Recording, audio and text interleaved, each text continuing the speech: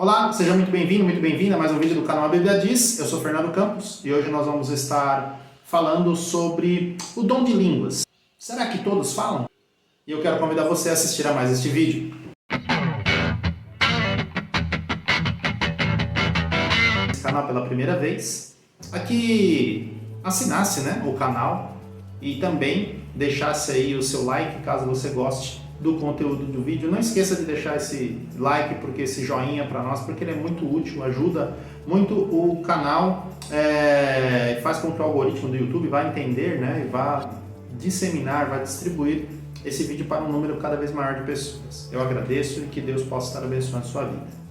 Hoje nós vamos estar então explorando esse tema central, um dos temas centrais do cristianismo, especialmente no ramo pentecostal, a respeito do dom de línguas.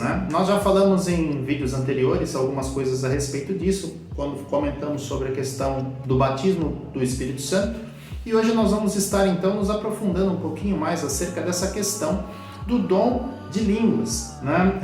Quais são as perspectivas, quais são as interpretações a respeito desse dom. Para tanto, gostaria de dar o contexto bíblico, algumas informações que nos são dadas aqui no livro de Atos, Nós vamos então ver os textos-chave a respeito desse evento.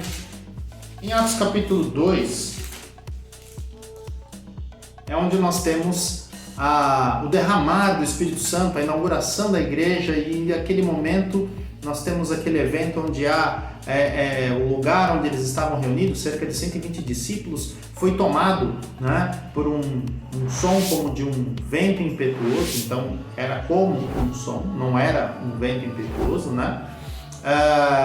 línguas, como que línguas repartidas de fogo que ficaram na frente dos discípulos, e a partir daí todos eles começaram a falar em outras línguas, conforme lemos lá em Atos 2, aqui nos versos 6 a 8, por exemplo: quando, pois, se fez ouvir aquela voz, afluiu a multidão, que se possuiu de perplexidade, porquanto cada um os ouvia falar na sua própria língua. Estavam, pois, atônitos e se admiravam, dizendo: vede, não são porventura galileus todos esses que aí estão falando? E como os ouvimos falar, cada um em nossa própria língua materna? E aí continua o texto: somos partos, medos, elamitas, os naturais da Mesopotâmia, Judéia, Capadócia, Ponto, Ásia, da Frígia, da Panfilha, do Egito, das regiões da Líbia, das imediações de Cirene, e romanos que aqui residem, tanto judeus como prosélitos cretenses e arábios, como os ouvimos falar em nossas próprias línguas as grandezas de Deus. Então eles ficaram perplexos com a situação, pois eles ouviam os discípulos que já até dito ali, galileus, teoricamente não deveriam ter muito conhecimento, e estavam falando em outros idiomas, diversos idiomas aqui relatados conforme as localidades, as províncias, no caso, onde ficavam essas outras cidades, essas regiões, Judéia, Capadócia, Mesopotâmia, então estavam falando outros idiomas, e eles conseguiam entender aquilo que os discípulos estavam falando, e esse foi o momento inicial. Portanto, aquilo que eles falaram, como vimos aqui, eram algo acerca das grandezas de Deus, ao que Pedro depois vai tomar a palavra e vai falar aí já no idioma em que todos o entendem, o idioma que todos os judeus, no caso, os entenderiam, e mesmo aqueles que eram prosélitos, como é dito no texto, também vão entender. Prosélito quer dizer aqueles que aderiram ao judaísmo, ou que aderiram à questão, mudaram de vamos colocar assim, religião, adotaram o judaísmo e, portanto, sabiam falar aí o idioma que eles estavam falando ali. Então, essa foi a passagem que deu início à questão, principalmente do movimento de línguas, do falar em uma outra língua, Esse movimento é chamado de xenoglóssia e não de glossolalia, ou que é uma outra vertente, que surge mais adiante. Também temos lá na passagem de 1 Coríntios, capítulos 12 até o 14, onde o apóstolo Paulo vai falar acerca dos dons espirituais. Também nós falamos em vídeos anteriores a respeito disso. E quando ele está falando a respeito dos dons espirituais, ele fala do dom de línguas como sendo mais um dom e não um dom diferenciado ou acima de todos os outros ou diferente. Depois ele vai inclusive inferir nisso a respeito, quando ele fala no capítulo 13, onde ele começa a falar do caminho excelente, ou seja, que não adiantava você ter todos os dons ou ter dons espirituais e não ter amor, né? Não vale nada, não teria validade. Ele cita já em Atos 13:1, dizendo: ainda que eu falasse a língua dos anjos e dos homens, se eu não tivesse amor, de nada valeria. E muitos interpretam esse texto como se fosse o apóstolo Paulo estivesse abrindo a possibilidade ou falando de que as pessoas então poderiam ser capacitadas a falar a língua celestial, a língua dos anjos, se é que exista tal língua, né? Então, algumas pessoas usam isso, e aí somado aos eventos que acontecem ou aconteceram posteriormente, inclusive na igreja de Coríntios, estava acontecendo, as pessoas estavam se achando superiores às outras porque conseguiam falar em outras línguas, ou talvez fosse um exemplo de glossolalia. Estavam falando palavras ou expressões extáticas, né, de louvor, de adoração, ou mesmo ininteligíveis, ou algo que só entre ele e Deus ficaria compreensível. Essa é uma das possibilidades. A outra é que a pessoa falava um idioma que era desconhecido da população, dos irmãos da igreja de Corinto, e portanto era uma língua, por assim dizer, estranha, no sentido de estrangeira, um outro idioma. É o que dá a entender a interpretação do texto, né? Porém, no capítulo 14, o apóstolo Paulo chega quando vai comparar, por exemplo, ou colocar, né, uma escala, né, em relação ao dom de profecia e ao dom de falar em línguas. Ele coloca que, olha, aquele que fala em línguas edifica-se a si mesmo. Ele vai falar isso no capítulo 14 de 1 Coríntios. E ele está dizendo, então, meio que abrindo uma possibilidade de que a pessoa, então, ela pode falar em línguas consigo mesma, né? Seria essa uma outra possibilidade. Então, são essas duas perspectivas que nós temos. A primeira delas, então, com o propósito evangelístico, de você falar realmente um idioma e você ter a possibilidade de falar a uma pessoa acerca das grandezas de Deus e assim anunciar o evangelho. A outra possibilidade é de você então falar consigo mesmo e com Deus, obviamente, através dessas expressões extáticas que não necessariamente formam um idioma, e você ao falar essas palavras, né, você então estaria tendo uma comunicação sua com Deus. Aproveitando esse ensejo, nós podemos até ver, por exemplo, aquilo que aconteceu na época, já no século XIX, ou seja, bastante tempo depois, né, lá na Rua Azusa, o movimento da Rua Azusa, que foi um movimento que depois acabou se alastrando, né, não só pelos Estados Unidos, mas também pelo mundo, inclusive aqui no Brasil, né, onde foi um dos catalisadores, vamos dizer assim, que fizeram com que o pentecostalismo, né, surgisse ou se expandisse, né, pelo mundo, tornando-se aí um movimento bastante conhecido e forte, que inclusive até hoje, né, existe no meio evangélico. Então, o ponto que nós colocamos aí, o que aconteceu na Rua Azusa? As pessoas estavam se reunindo, não era simplesmente William J. Seymour, ele estava buscando, então, entendendo que aquilo que aconteceu em Atos deveria se repetir, então ele estava enfatizando a questão do batismo com o Espírito Santo, tendo como evidência o falar em línguas. E aí, depois as pessoas que lá se reuniram, eram uma reunião, vamos colocar assim, para a época, né? Haviam brancos, haviam negros, haviam amarelos, haviam pessoas de diversas nacionalidades, estavam reunidas naquele lugar, sem barreiras. Isso nos Estados Unidos era um grande tabu, né? Eles enfrentaram muita oposição, muita resistência, mas também tiveram muita aceitação. O que aconteceu? Lá eles tiveram movimentos parecidos com esse. Não apenas a questão das pessoas falarem em línguas ou o fenômeno da glossolalia, né? Falarem palavras que eles entenderam naquela época que estavam falando um outro idioma, e que, portanto, eles estavam sendo capacitados por Deus, batizados com o Espírito Santo, podendo então falar em outro idioma. Dessa forma então a gente pode mandar os missionários que foram batizados com o Espírito Santo para irem em outras nações e pregar o Evangelho. E acabou havendo um problema, pois ao chegarem em outros países, indo para esses locais, eles foram lá e falaram naquela língua que eles teriam aprendido, ou teriam sido capacitados a falar pelo Espírito Santo, mas não houve quem entendesse. Ou seja, na verdade, eles depois tiveram que rever a sua posição, de modo que ficou restrito ao cunho, ao uso de cunho pessoal de edificação do homem, sua, com Deus, nas expressões extáticas. E óbvio, por uma igreja pentecostal onde o pessoal, todo mundo falando em línguas, então não haveria problema se eu falasse, se aquele falasse, se o meu irmão do lado falasse, porque está todo mundo falando. Então, teoricamente, do ponto de vista, vamos dizer assim, técnico, está todo mundo falando com Deus. Inclusive, podemos até dizer que temos alguns teólogos, tanto no passado, ou seja,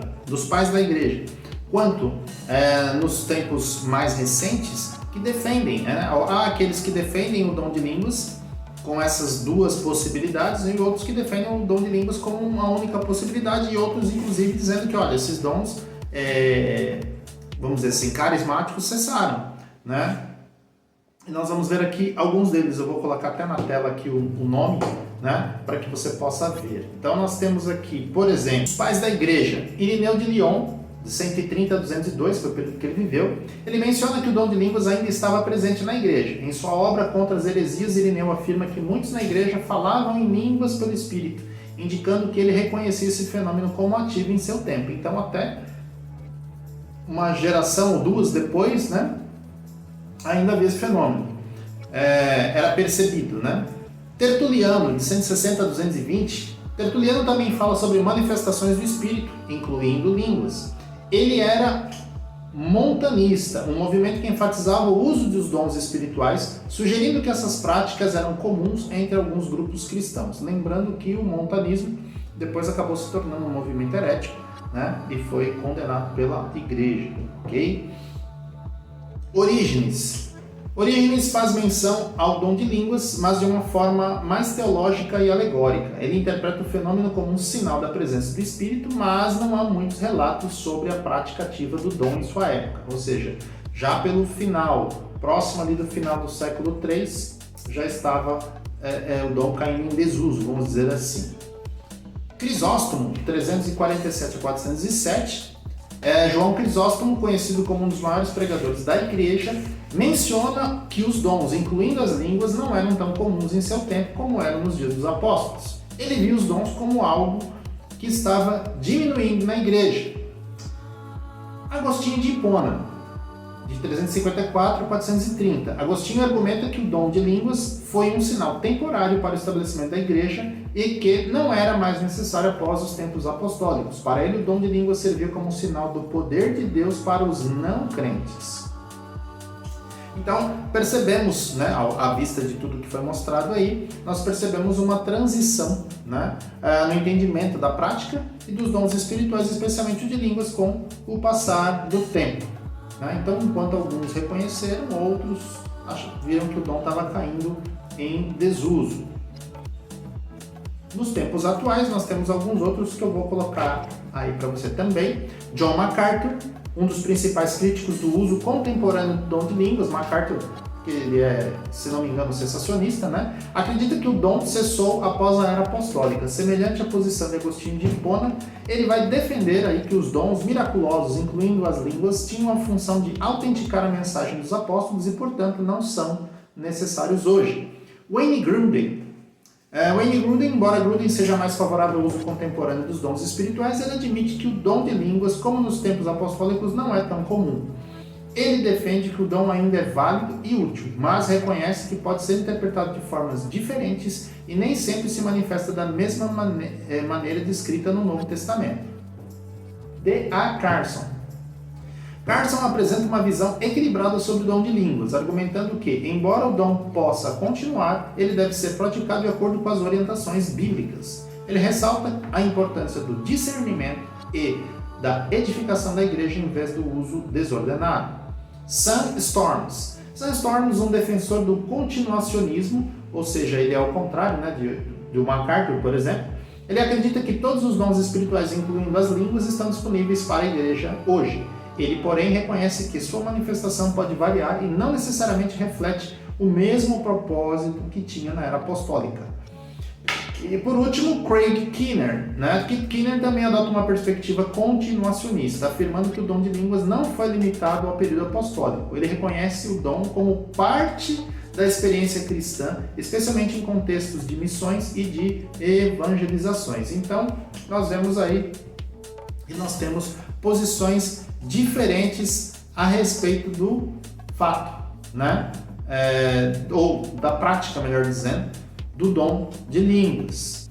Finalmente, então, nós podemos concluir que o dom de línguas, inclusive nos dias de hoje, não tem finalidade, ele é uma falácia, etc. Não, eu vejo, né, à luz do texto bíblico, daquilo que lemos, daquilo que nós já entendemos e falamos inclusive em vídeos anteriores, quando falamos sobre o batismo do Espírito Santo, quando falamos dos dons espirituais, nós entendemos que os dons, né, visto que eles visam a edificação da igreja, o dom de línguas também deveria servir para a edificação da igreja, se for para ser utilizado no contexto público. Então, a ressalva que eu daria é a mesma que a Bíblia vai dar, que o apóstolo Paulo vai dizer em 1 Coríntios capítulo 14. Ele vai recomendar o quê? Olha, fale 1, 2, que no máximo 3, e se houver intérprete. Se não houver, que se cale, ou seja, fale consigo mesmo. É a recomendação que ele dá. Lembrando que hoje, como nós temos muitas denominações, igrejas diferentes, e se você estiver numa igreja pentecostal, tem igrejas pentecostais, né, ou neopentecostais, onde o falar em línguas é, inclusive, estimulado, né, para que outros tenham essa experiência de falar em línguas. O fato é que se o dom espiritual, e línguas é um dom espiritual como quaisquer outros, então nem todas as pessoas vão falar em línguas. Então isso é uma coisa muito importante que você precisa entender. Se você é evangélico, se você já foi em alguma igreja, talvez até tenha ficado escandalizado, tendo visto aquele monte de pessoas, de repente todos falando expressões, palavras ininteligíveis que você não entendeu, talvez de alguma forma tenha ficado escandalizado. Então a nossa recomendação é, se isso de alguma forma te atrapalha, impede o seu desenvolvimento espiritual, a sua comunhão com Deus, então procure uma igreja onde isso não é feito dessa maneira, né? Dessa maneira generalizada, vamos colocar assim, mas feita de maneira equilibrada, né? Veja, não estou dizendo que nessa onde é feito de forma generalizada é desequilibrado, estou dizendo que há uma cultura, toda uma cultura, né? Uma cultura já praticamente centenária, né? Se a gente for analisar, do pentecostalismo. Então nós estamos falando de algo que já é cultural e já é costume, e inclusive há até a questão de interpretação, né? Como foi falado anteriormente, para muitos, algumas vertentes pentecostais, eles entendem que o batismo com o Espírito Santo ele só ocorre mediante a manifestação do dom de línguas, ou seja, se a pessoa não falar em línguas, ela não foi batizada com o Espírito Santo. Então, as igrejas que têm esse tipo de visão, obviamente, haverá um estímulo muito maior para que todas as pessoas falem em línguas, né? E mesmo em igrejas onde isso não seja uma regra, onde, por exemplo, igrejas em que haja uma questão de que, de repente, a pessoa ser cheia do Espírito Santo e ter como uma das evidências o falar em línguas, que pode ser que tenha outro, vai profetizar, por exemplo, mas ao falar em línguas, às vezes as pessoas indiretamente vão acabar incentivando as pessoas a falarem em línguas. Mas se a pessoa não tem esse dom, e se esse dom não é mandatório, né? Então a pessoa não precisa, eu não falei em línguas, então eu não fui cheio do Espírito Santo. Não necessariamente, né? Nós podemos até depois falar a respeito de outros sinais de que uma pessoa está cheia do Espírito Santo. E finalmente, temos igrejas onde entende-se que esses dons eles cessaram. Então, de repente, você vai estar numa igreja onde isso não acontece. Então, se você é desses que fala em línguas, que tem essa facilidade, que recebeu esse dom, né, e tem esse entendimento, se você estiver numa igreja onde isso não é feito, então você respeite a cultura, respeite o costume da igreja local onde você está inserido. Não quer dizer que se você não fala em línguas e você vai numa igreja onde está se falando, todo mundo está falando em línguas, você vai começar a falar por imitação. Não, você deve falar se o Espírito realmente o capacitar a fazer isso, senão perde a finalidade, perde o sentido. O dom, é dado por Deus, é dom espiritual. Se não for espiritual, vai ser carnal ou pior, vai ser demoníaco, vai ser de outra fonte, que não o Senhor. Basicamente, então, era isso que eu queria falar a respeito da questão do dom de línguas. Respeite, então, o local onde você está, a igreja onde você está inserido, o local onde você está. E se você não tem ou não recebeu o dom de línguas, não se preocupe, não quer dizer que você só tenha esse dom para receber, ou esse dom para buscar, ou esse dom para mostrar que você está cheio do Espírito Santo. Não. Existem outros dons que você pode ter recebido da parte do Senhor e de repente, por estar buscando um dom que Ele não vai te dar, você fica aí perdendo a oportunidade de ser usado por Deus em outro dom que o Senhor já te deu. Então, que Deus possa estar te abençoando e até a próxima.